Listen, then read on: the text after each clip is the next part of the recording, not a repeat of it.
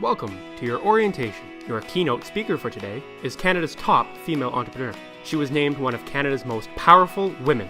She is ranked among the top 200 women entrepreneurs globally. Please put your hands together and give a warm welcome for Kelsey Ramsden.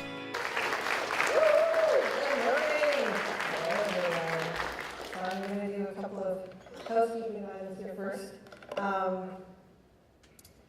So today you're going to hear about all the amazing services that Algonquin College is going to offer you. There'll be a number of groups coming up and talking to you about services available and clubs and groups that you can join. And after this, you're going to be having breakfast at the Marketplace Food Court with your fellow students and some faculty. And then from there, they're going to lead you to your specific program orientation. So if you have any questions at all, you can ask anyone who's wearing one of those green t-shirts. They are here to help. So now let's get started. To give you an official welcome to the Algonquin College, please welcome to the stage Vice President of Student Services, Laura Stamra. Thank you, Kelsey. Good morning, everybody. How are you doing? Good? Good. First of all, I want to say thank you. Thank you for choosing Algonquin College. We know there's a lot of choice out there for you, so we really appreciate you choosing us. And second, I want to say congratulations. Congratulations for being chosen. We have a number of competitive programs here at Algonquin, so you should be really proud to have been chosen to come and study here. And it's a decision to pursue post-secondary education. I've done it myself. It's a decision I can guarantee you you will never regret. There's a lot of competition out there. There's a lot of people with credentials. So what you're doing and the work you're putting in now and today will only benefit you for your entire life. And not so long ago, I was in a very similar position than you are today. I came to Algonquin College, and I had been working in Montreal at a university for many, many years, and I knew my way around, and I knew everybody, and I decided to make a change and to come here. And I knew by making that change that I was going to be taken out of my comfort zone. And I suspect almost everyone here today is feeling a little out of their comfort zone. And that's okay, that's normal, and that's what actually you should be feeling. I remember when I got here, I didn't even know how to get around the campus. I mean, this is a pretty big campus, and I didn't even know how to get to meetings. And if you're wondering, actually, how many of you know your way around campus? Couple, some, okay, good. So don't worry, because what I did when I first started here was, well, one, to get directions, but two, I don't know if you can see it, most of us who work here wear these name tags. And the name tags are for us to identify ourselves to you. So if you're feeling lost, if you can't find your way around, just look for someone with a name tag. And often what we're doing is we're out looking for people who are looking a little lost and help them find their way. So don't hesitate. You can do that to get around, especially the first couple of weeks. And also, if you're feeling lost in any other ways, please don't hesitate to reach out. You're going to hear a lot of speakers this morning tell you the same thing. You're going to get a lot of information thrown at you this morning, and just soak it all in, sift it, and see what you'd like to do, but you'll have an abundance of choice here. And I really encourage you to get involved, engage. Research shows that the most successful students are not only the ones that are engaged in the class, but outside the class as well. So take advantage of those opportunities. So I want to keep it short, because we've got a number of speakers who want to see you this morning.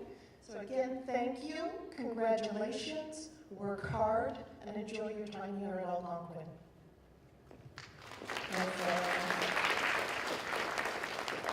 Okay, so we're going to do a little bit of housekeeping before I get started here. So I'm going to set myself a timer. I'm doing this 3 times this morning, and the first time I was a little bit over time. So let's get this started. Okay, awesome. I'm on the clock. So the next thing is everyone, when they showed up, would have been handed a postcard. So that is for my part of this morning's festivities. So what I want you to do is pull that postcard out, and hopefully on your first day of school you've got a manner or writing utensil, although archaic as it was. You can still need pens, so I want you to grab a pen or a pencil or something of that shuffle about, get yourself prepped, and then I'm going to get started. While you're doing that, I'm going to give you a little bit of insight into what we're going to do for the next 20 minutes. We are going to, essentially, I'm going to talk about a little bit about my story, and you're going to be defining for yourself your next chapter. Today is the beginning of something entirely different and new for you, and that's exciting. And I remember being exactly where you are a couple of times in my history, spent a fair amount of my life in school, and so I get that this is very much the beginning of a new era. So it's an exciting time for me to be able to speak with you about it. And so I'm going to tell you a bit about my story, and like I say, we're going to be working through these postcards. I'll let you know what to do with them when we get to that part. So this is an original piece of artwork, thanks to my mother, who saved every shred of paper I ever touched. This is a picture that I drew her for Mother's Day, and at that time I was in a bit of a daycare, and Auntie Flo was her name, who took care of me, and I presented her with my beautiful piece of art, and she said, Kelsey, this is wrong, you're going to have to redo it. And so if you're looking at this, you may see that there's something that could be considered wrong. This is audience participation. Does anyone know what that is? The brand of two sons. Yes, thank you. Very observant crew. So you're right, and it broke my little heart, and it's funny that you remember. I clearly remember walking, kind of halfway across their living room with a broken little heart, and then about that halfway mark thinking, you know what? Forget that woman. This picture is exceptional. It is extra sunny. This is awesome. She has no idea what she is talking about. And so I kind of did it to hell with that idea and decided to give this to my mother anyways. And even then, I knew my market, so I knew my mom would like whatever I wanted, whatever I drew. But the point being, this was kind of the first moment I remember in my life where I wasn't normal. I was kind of breaking the status quo. And I went on doing that for some time. So these are some embarrassing pictures of me I'd like to show you, because I love doing that. I don't know if you can tell, back in the 80s, we had something called a home perm. And so this is my home perm, and you kind of can't tell from this, the lights, but it actually casts a shadow on the wall behind it when you've got flash applied to the picture, which is pretty awesome. This middle one, I indoctrinated the female mullet, which did not become very popular, but I thought it was pretty awesome. And then the last one, I shaved half of my head, which wasn't, again, quite normal at the time, and that was about the same time my dad stopped walking beside me at any public venue whatsoever. But thankfully, my mom had a little bit of foresight and insight and said, Kelsey, so long as you do whatever you do with integrity and intention, all this other stuff doesn't really matter. And so I'm grateful for that because it gave me a lot of permission to do things that weren't status quo. And so I went on and did this. I started a construction company, which really was kind of the basis of what all these awards and kind of what people call the empire, which I just call my work. That was the beginning of that, and really was kind of a non-status quo thing. You don't see many 26-year-old girls starting construction companies, and so this was my first multi-million-dollar project, building a spillway in northern BC. This is what Chatelaine Magazine and Profit make it look like. This is really what I do. So it's the same as building businesses, right? This is what people think entrepreneurs do, and this is what entrepreneurs know building businesses actually feels like. And part of that is it starts with the notion of having the permission to do something. So I work around the world now with entrepreneurs and do a lot of these kind of things. And in every instance, I like to ask people, would you like to be exceptional? And without fail, people say yes. And I point out that at some point, you must identify yourself as an exception to the rule. You have to be exceptional, be an exception. And so at some point, you have to determine that the status quo is no longer fitting to you. In my life, I did that apparently quite early, which is, sometimes maybe not the best thing, but at this point, is a good time to identify that for yourself. What is it that you want to grant yourself permission to do in your life that allows you to become that exception? So for me, like I said, it started with this picture, and then it really got culminated and really concrete in my mind. Somewhere in about grade 10, I was in a science class, and my science teacher said, did you know that that every star is a sun. And this occurred to me, and I thought, oh my gosh, I was telling myself I could have drawn like 1,000 stars, 1,000 suns in the sky. And so this really was kind of, again, that moment where I realized that it is really only, and it sounds a bit weird to say, but the limiting factor is oftentimes ourselves. And I've experienced a tremendous amount of that. And although my CD talks about winning global awards for entrepreneurship, and I do fly around the world and do this kind of work, and all of the paperwork was exceptional, the reality is I'm just a person, very much like you. I've sat in a chair exactly like you at Hamilton College in Victoria, BC. And I did recognize this about the potential of what could be my exceptional future. And so what we're going to do for the next, whatever it is, I better get close to my clock here, probably 16 minutes, is look at what that exceptional piece is going to be for you on this first day.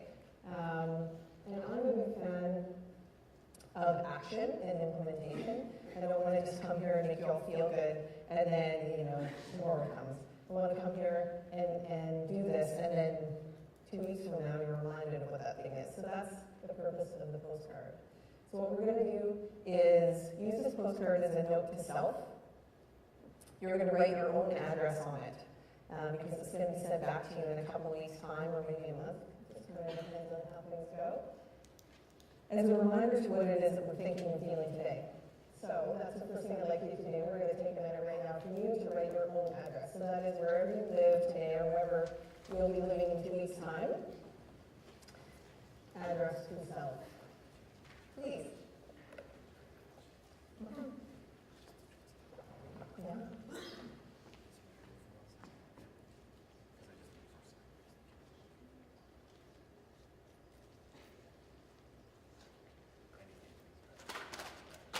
Yeah, good.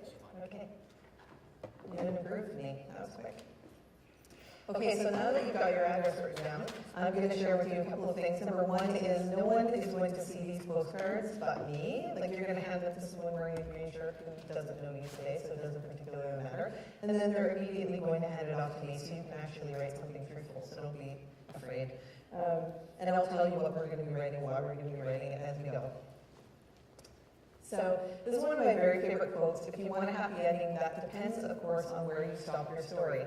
And my story could have been stopped in many places which would have appeared like the ending wasn't going to be so happy. So I'm going to tell you kind of 3 stories today, and this first one is illuminated by the fact that my dad thought maybe the story wasn't going to be so good at this point in time. So I grew up in BC. I didn't do so well in high school. I barely graduated. By the skin of my teeth, I got a piece of paper that then allowed me to go off to college. And then subsequently university, where I spent half of my time on academic probation. And if you don't yet know what that is, that's when you fail an equal amount of classes as you pass. And so I wasn't necessarily scholastically inclined.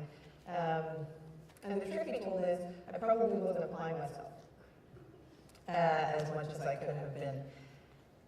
And so I then went on and worked for a couple of years, and then I decided to apply to MBA school. And so I applied to every MBA school across Canada. There are 13 of them.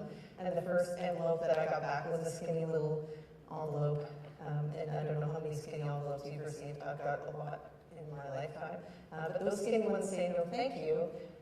We don't necessarily need you to attend our academic institution. So seeing as the first one I got back was from the worst school in Canada, I thought, presumably the remaining 12 would also be skinny little thin envelopes. But as luck would have it, I got one fat envelope. It was the last one I received. And it was from Canada's best MBA school, which was shocking to me because of the preceding 12 skinny little envelopes. And so I thought, oh my gosh, these people have made a mistake for sure. Awesome.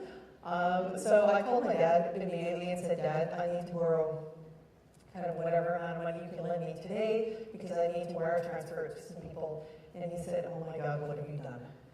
I was like, oh, wait, no, it's a good thing, it's a good thing. I got into MBA school, and he was like, what? And so I had saved a certain amount of money, matched with whatever money my dad could help me out with. And I wanted to wire transfer it that day because I did truly believe that these people had made a mistake. And that when when they figured out their clerical error, I would quickly receive a skinny little thin envelope. But if they had the money in their account, they were much more likely to just pull up an extra chair. And so I went to that MBA school, which was Western, and when I got there, I met this woman before I was married. My name was Kelsey Kitch. She said, Kelsey Kitch, I remember your application. And I was like, oh my gosh, you do?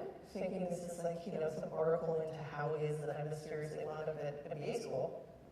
And she said, when I walked into the admissions room, it was on the top of the note pile, but it had this colorful, drawing on the cover, and so I couldn't help but pick it up and read it.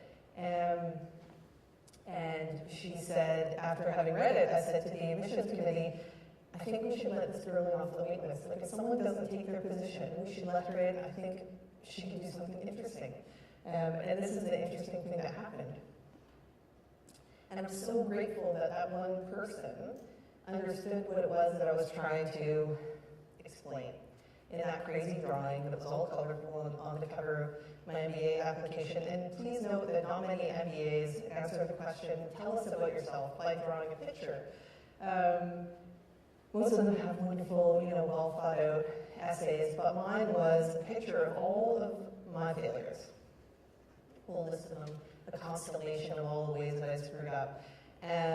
But all culminating in the center, which was this person who, despite some failures and some bad decisions and a few kind of missteps along the way and home terms and whatever else, had become a person who really understood that you truly can do just about anything so long as you're willing to apply yourself to get back up after you made a mistake or to admit that you may not know what you're doing.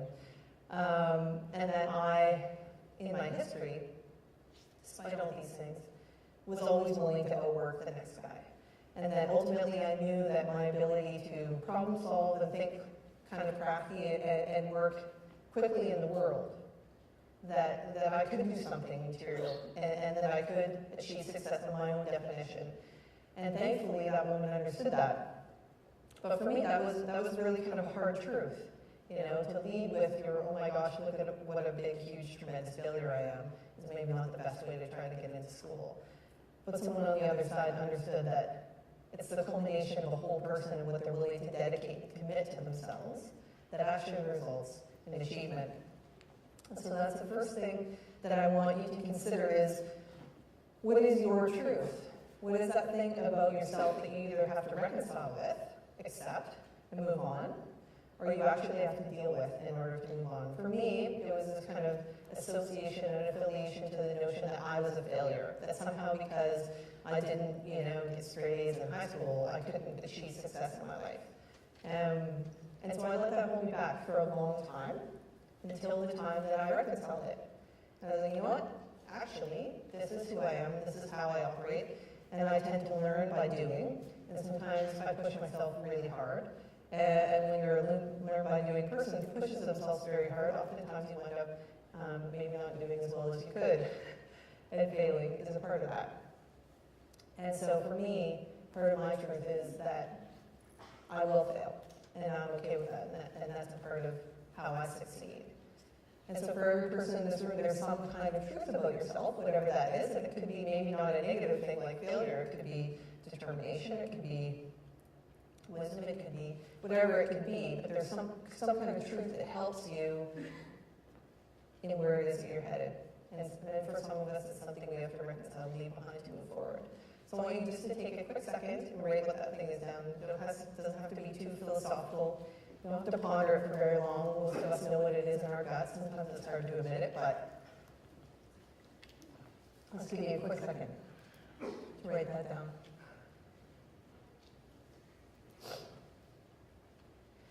The next thing I want to talk about is this notion of relativity. People talk about entrepreneurs and how we're risk averse and we just let everything fly off our back, which is totally not true. Very briefly, the first job that I had after my MBA was a consulting job. I put that to start my construction company. I was $112,700 in debt. And the first job I had was the first job that would help me get to $111,000, $700 in debt. So it was $1,000 I could make on this job. I spent the whole night up before it, sweating, nauseous, because I realized I hadn't measured the distance between the gates to get an excavator in to do the job. And I thought, oh my gosh, way to go, Kelsey, another colossal failure. Your first job, you're going to actually lose money. It all worked out fine, everything was fine. But I had spent the whole night up, nauseous and sweating and sick. Fast forward 3 years, and I'm signing my first $1 million check, and I reached over in my lawyer's office and threw up in his waste paper basket. And naturally, he looked at me like I was some kind of crazy person. But the reason I tell these stories is that from the other side, from how we look at all of these other people's lives, we can say, oh my gosh, that person is just able to do this. They're risk averse, or whatever it is we label these things. But the truth is if you're doing something that really matters to you, it's always going to feel that way. Whether it's your first day of school or graduating or trying to get your next job, it all is equally as important. There has to be some touchstone, some kind of thing that we believe in, this trusting thing. Because every transaction is based on trust. Right? You took this leap of faith to come to school trusting in that something better is coming out of what it is that you're going to put into this and that you'll get out of it. And so the next thing I want you to consider is, in that moment, hopefully for you it's not when you're being sick and someone's waste paper basket, but that moment where you have to have trust in something. Who it is that you trust. Sometimes it's yourself. Sometimes it's a parent or a friend. I'm not a very self-trusting person because I know I can be prone to make radical decisions. So for me, it's the people around me that I know will say, Kelsey, that is insane, you should not do that. Or Kelsey, that is insane, but I know that you can pull it off. So just take a moment, write the word trust, and who that person is. And if it's yourself, how it is that you do that. For some people, it's listening to music, going for a run, thinking about it, whatever. But that bridge moment of trust that you need to get to the next big thing.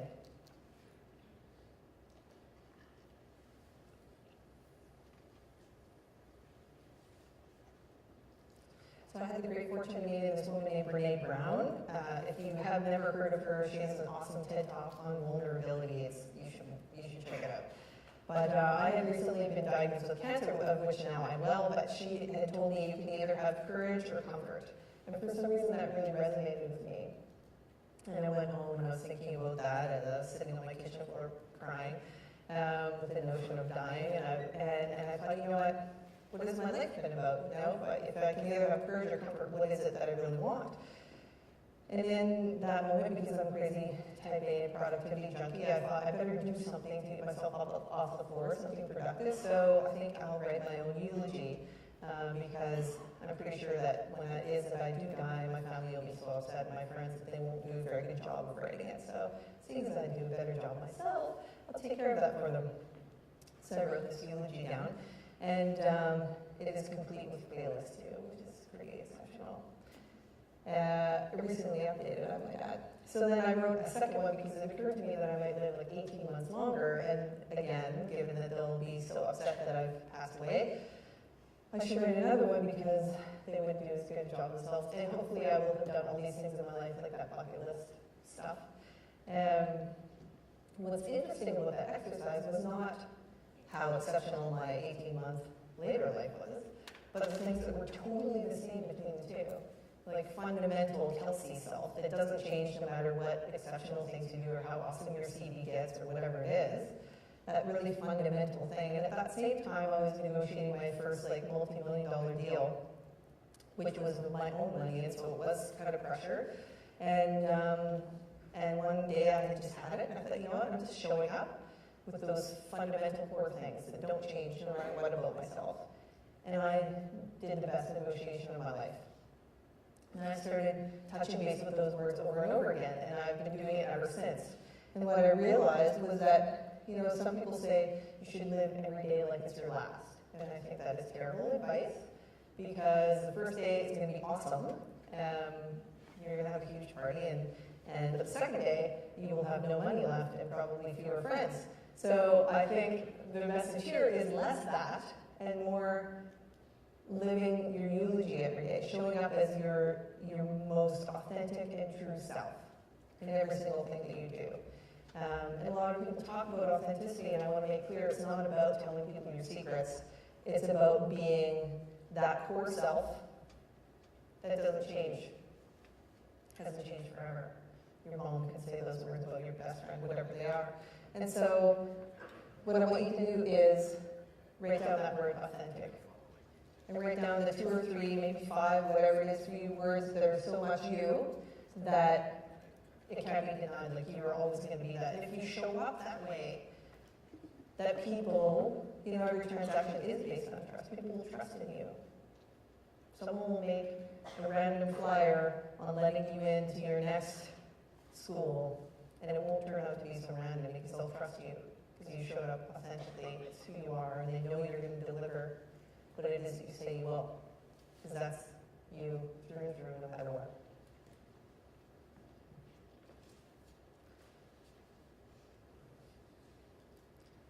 So I give this talk to entrepreneurs, and for them I talk about starting up their businesses and scaling them up.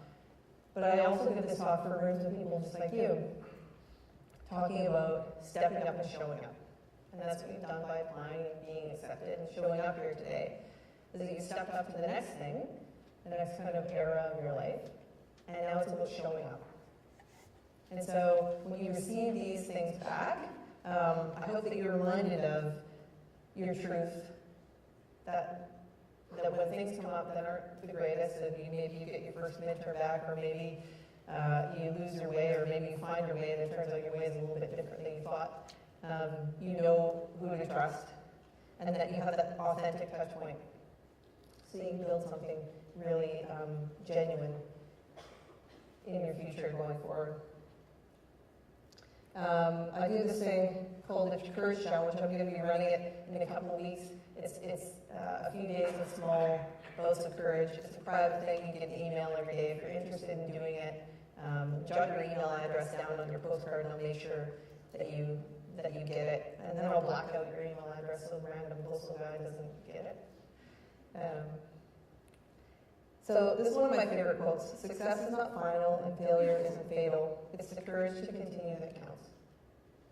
And so over the next year, or however many years that you have in this institution, I encourage you to recognize that it's the continuation of your pursuit for that exceptional self, or whatever you define as success, that will give you so much opportunity in the future.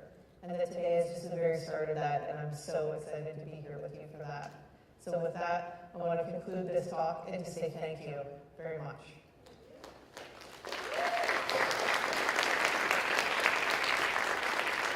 So going forward, and just to highlight, those postcards are going to be handed, and I'll remind you of this at the very end, to someone in a green shirt on your way out, so that I can then collect them and make sure they get back to you.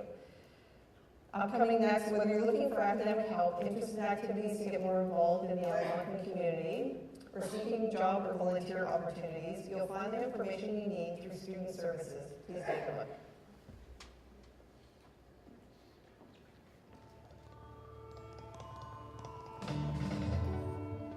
So the co-curricular record is a great way for students to demonstrate their skills beyond the classroom walls. There's hundreds of different activities that are currently recognized by the co-curricular record. So there really are a tremendous number of different ways that you can build your portfolio to make you the most competitive candidate for your future career. The Amanda Austin Center is pretty much family away from family. All the counselors that we have, they're very, very open. You can pretty much go in and talk to them about anything. We have employment officers, student success specialists, people that can counselors that can also help if you're having problems with school. We're always there to just say hello and try and make it as homecoming as we can. So counseling services is made up of a bunch of professional counselors that provide services that range from personal issues. We also do standardized career assessments. If they're struggling in one area, we can help them there, or we can help connect them to other resources in the college and also in the community as well. People often apply to Algonquin College so that they can get an education, but also get the experience they need to get a job once they graduate. We help students with their resume, their cover letter. The Employment Support Center also helps students find a job by offering a job bank online. Only students can access it, and it has a variety of jobs posted. The Student Learning Center is an environment where students can get support in achieving their academic goals within their program courses. And it's related to math, English, and computer help. It's an environment where they can get coaches to give them a hand on one-on-one scenarios or in small groups. You can be really good at a couple of things or be excelling in a couple of things, but just one spot is just not your forte. So that's fine, we'll help you with that. I'm a tutor for marketing and English as a second language. I'm giving, but I'm also receiving because I'm learning at the same time, because I'm also a student and I'm not a teacher, I'm just a peer. So there are a lot of great things that health services offer. There's not only doctors on campus, but there are mental health nurses as well. So we support both students who are physically injured or who just need someone to talk to work through problems with their life. CSD means to me, I would have to say, it's sort of success. You schedule appointments on your own time. Everyone there is sort of really helpful to help people get used to going to Algonquin and know the resources they have available to people with disabilities.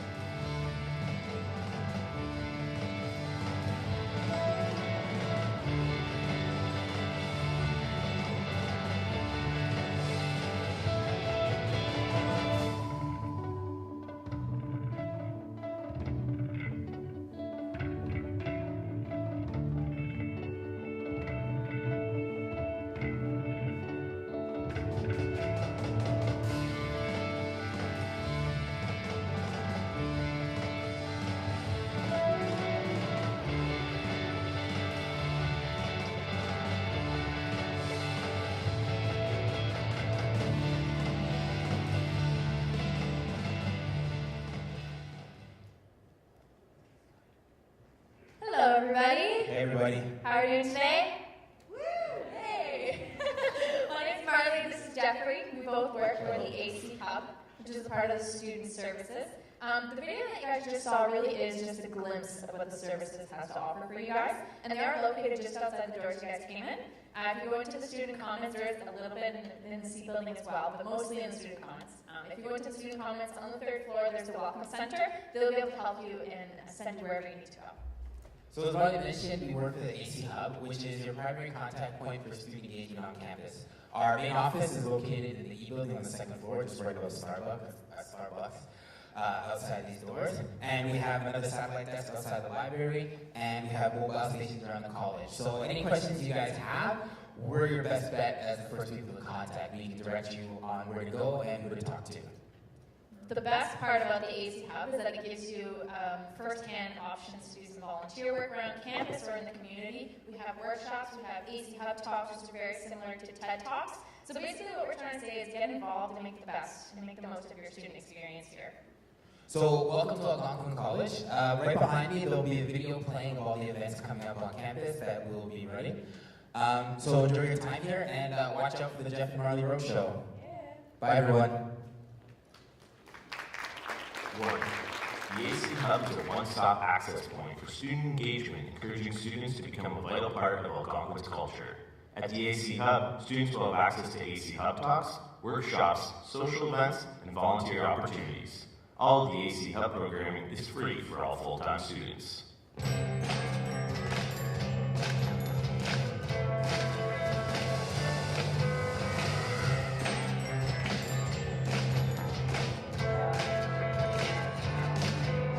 The greatest gift that we can ever give is to help someone never need charity again. We Day is impact. That is the movement of our time.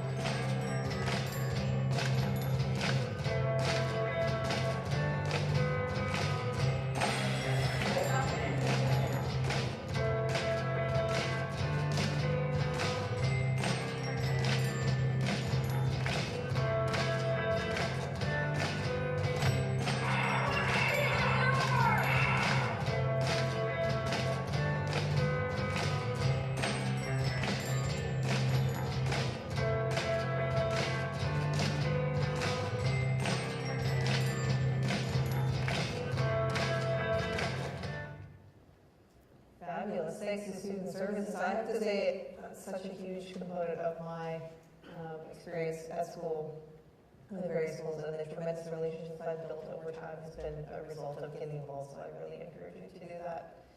The Algonquin Students Association is a non-for-profit corporation. It's our mission to create an environment that inspires a passion for student success. A board of directors governs the student association, and they make all the key decisions that affect you as a student.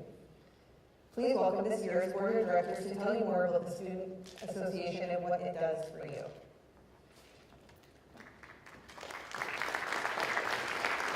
Hello everybody, how are you today? Come on guys, be a little bit more excited. I know it's the first day, but this is the first day of your new life. Yeah. How is everyone today? Let's hear a round of applause. So we are the board of directors of the Student Association. My name is Stephen Gudnek. I'm one of 9 directors, and this is your president, Christina Miller. Let me take it away. Hi guys, so like Stephen was saying, my name is Christina Miller. I'm the president of the Students Association. So on the board we have 9 directors. This year we have 6. So as you can see up on the board, these are all your directors that are here to help you. If you can see Lindsay and Tyler, they are directors for Perth and Pembroke, because we have representation from all of the 3 campuses. So what is the Students Association? The Students Association is basically an organization that's here for you guys. We have a lot of services that give you guys a lot of what's going to make your college experience great. So as you can see here, we have a whole bunch of stuff that we own. We own the observatory. Does anybody guys know what that is? No? It's the best place on campus. It's the college bar. So if you guys are just heading down there, honestly, it's so much fun to go down there. You'll have a great time. We obviously have Starbucks, which is fantastic too for coffee before those early morning classes. We have the Algonquin Commons Theater, which you're sitting in right now, which we host a lot of concerts and events. We have the Fitness and Impact Zone, which is a great way to release the stress. Exercise is fantastic for you guys, and if you guys are not used to or not regularly wanting to go to the gym, we have the Impact Zone, which is fantastic because it has martial arts, and one of my favorites is Muay Thai. We also have the Soccer Dome, which is across from the parking lot in the E-Commons, which is fantastic because we hold a whole bunch of soccer games there. So come on and support your Thunder Athletics, which we also own. Thunder Athletics we are the only SA that actually owns our athletics, which is fantastic. It's called Thunder, and our mascot is Thor. So go Thunder! Woo! And as well, we also own parts of the Student Commons, which is the building you guys are right now. This building is a fantastic building for you guys to go and relax, get some Starbucks, use any of the spaces. We have a whole bunch of stuff that are in this building, and our office is also in it on the main floor in room E14, which is right beside the theater. So besides all the great places we also have a whole bunch of services that you can come to our office and get to take a hold of. So we have grad funding, field trip funding, which is great. You can go on a field trip with your classmates. You have hub funding, free faxing, reporting, CVs, scanning, so you can come to the office and get any of those things done for free. All you have to do is show your student card. We have events and activities. I'm sure you guys will hear lots about it throughout the day, but we have tons of activities and events throughout the semester. And we have our health and dental plan. Give me a raise of hand of how many of you are on your parents' dental and health plan. All of you, you guys all received a letter from myself saying that you guys should opt out. If you haven't opted out at this point, you can go to WeSpeakStudent.com and you're going to get a check for $120. Who doesn't love free money? This is basically going to prevent you from being covered under 2 health and dental plans. We also do tax preparation, which is coming up. So for students, it's $30. For everyone else, it's $60. And we also have fitness and facilities and also recreation leagues. So if you want to play soccer, if you want to play badminton, if you want to play volleyball, we have tons of teams. And one of our teams is fantastic. They do great all the time. The women's basketball team and the men's soccer, they do a fantastic job. So if you're looking to get involved with sports, we have some fantastic teams. We also have some other things that are funded by the SA. So we have the Algonquin Times, which is our newspaper. I write a little article in there every single month, so you guys can take a look and see what's going on around our college. There are some really good articles. We also support the radio, the Commons, varsity sports, and all the other things that I mentioned before. So these are our satellite campuses. This is our brand new Pembroke campus, and this is our Perth campus. We are all representative there as well. The SA goes there, and we do student forums, and we have events there as well.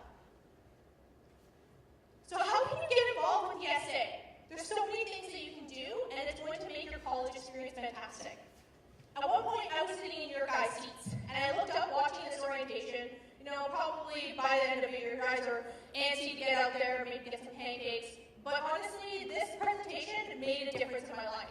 I saw being a class representative, I got involved with the clubs and communities, and I wanted to become a director. And it is probably the best thing I have ever decided in the college experience. It makes it so much worth it, and you can come up here, you can be the president, you can be a director, you can be a vice president, and I promise you guys it will make a huge experience in your life. That's pretty much it, guys. I hope that you guys have a wonderful semester here. If you guys need any help, you guys can come to us for anything. We hold lots of events, and the directors here, just as Stephen, are here to help you guys out. Thanks, welcome to Algonquin.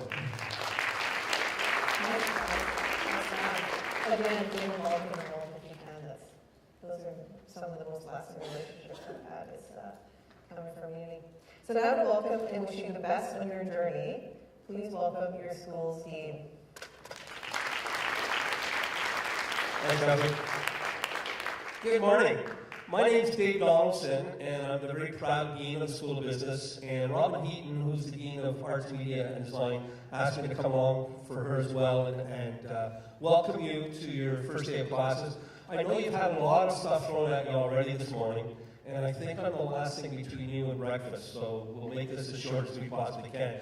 When Laura mentioned the name tags and the fact that we're here, please use us today as much as you possibly can as you walk around campus. If you see anybody who has one of these and you're not sure where your next class is, or if you're looking to get any of the cards, your student card, anything like that, you'll notice signs around campus that say "Here to Help."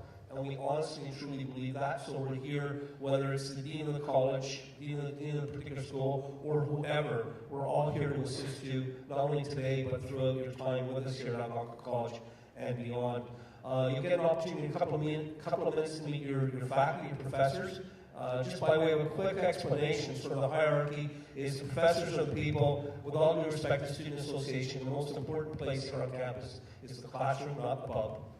But well, you'll get an opportunity to meet your faculty. We'll do a little bit of a program orientation this morning, so you get a little more hands-on the programs that you've actually decided to join us. The coordinators will be here as well. Coordinators run departments, so if you're in business and you've enrolled in the business management entrepreneurship program, there's a coordinator from there as a person who will deal with a lot of your day-to-day activities. And I know you've seen some slides on student success specialists and all the people who are here to help you. The dean's offices are located usually in the buildings that most of your classrooms are being held in. So for the School of Business, the dean's office is in the B building. For the Media Arts and Design program, it's in the N building. But if you get an opportunity to have any questions, don't hesitate to drop by and say hi and let us know how things are going and any questions you've got. Laura Stanmer earlier mentioned, and thank you for coming, and I'd like to as well. Thank you very much for those of you who selected this School of Business, and again on Robin's behalf for those of you who selected Media Arts and Design. And hopefully you have a great time while you're here, and we'll see you officially at Convocation, which is about 2 years away, but we'll see you more often between now and then as well. So welcome and thanks for coming. Welcome. This is a very exciting day for those of us in academics. It's one of those days that we still get butterflies in our stomachs, seeing a new group of students come in the front door. And I have just a few words to share with you. I realize I'm between you and breakfast at this point. That's not an uncomfortable position. But we did not make a mistake in accepting you into our programs, into my programs. We believe that you can succeed. And the reason that we are here is to help you achieve success. Now, we could have a nice long conversation about what success actually means, and what it means to you, and what it means to the college. From my perspective, success is helping you achieve your goals and your dreams and achieve why you're here at Algonquin. But representing the academics, I've got a couple of hard words for you. While we believe you can succeed, and we are here to help you succeed, you are only going to get out of this experience what you put into it. If you do not extend yourselves, if you do not work hard, If you do not try to do things that you don't know how to do and are uncomfortable trying, you're not going to make most of your time here at Algonquin, and you're not going to be able to achieve the highest level of success. Your tuition dollars do not buy you an education. They buy you opportunity. Our job is to challenge you, is to push you. The faculty in your programs, the administrators, have designed your curriculum to prepare you that if you go through the steps, if you learn what you need to learn by the time you finish your program, you're going to be ready to step into that field and start a new career. But you've got to get through the steps. You've got to do the work. There are going to be obstacles that you're going to have to overcome. You'll see the signs all over campus, here to help. Anybody wearing one of these little silver name tags, stop and ask us a question. We'll send you in the right direction. Those of you in the auditorium now, you've got a student support specialist that has already been in contact with you, I believe, Lisa Lamb. If you ever have any questions about academics or services available and you don't even know who to ask, Lisa Lamb is a great place to start. She's a wonderful woman, and her office is on the second floor of the ACE building. Many of you are going to be living in the ACE building. The rest of you are going to be in T and a variety of other places around. So I'm going to stop with that and just remind you, we believe that you can succeed in your program. It is not going to be easy. You are going to have to work hard. Yes, you're going to have to show up at class. You're going to have to do the homework. We're going to push you. Your faculty know what they're talking about. They are here because they want to help you get there. Make use of them. Ask them questions. If you don't understand something, don't just bury your head and say, well, I can't do this, I don't get it. Ask for help. We want you to succeed, but you're going to have to put a lot of work into this. Now, my office is in the T building. I hope at some point that I get to see some of you with these bright lights. I can't see any faces at this point in time. But I'd love to see a couple of happy, smiling faces in my office telling you how much you're loving your programs. But if you've got issues, again, don't put your head down and pretend you don't have a problem. Talk to somebody. Talk to your coordinator. Talk to the chair. Talk to Lisa Lamb. We want you to get out of your education what you want to get out of it. We're here to help. And with that, I'll close. Thank you.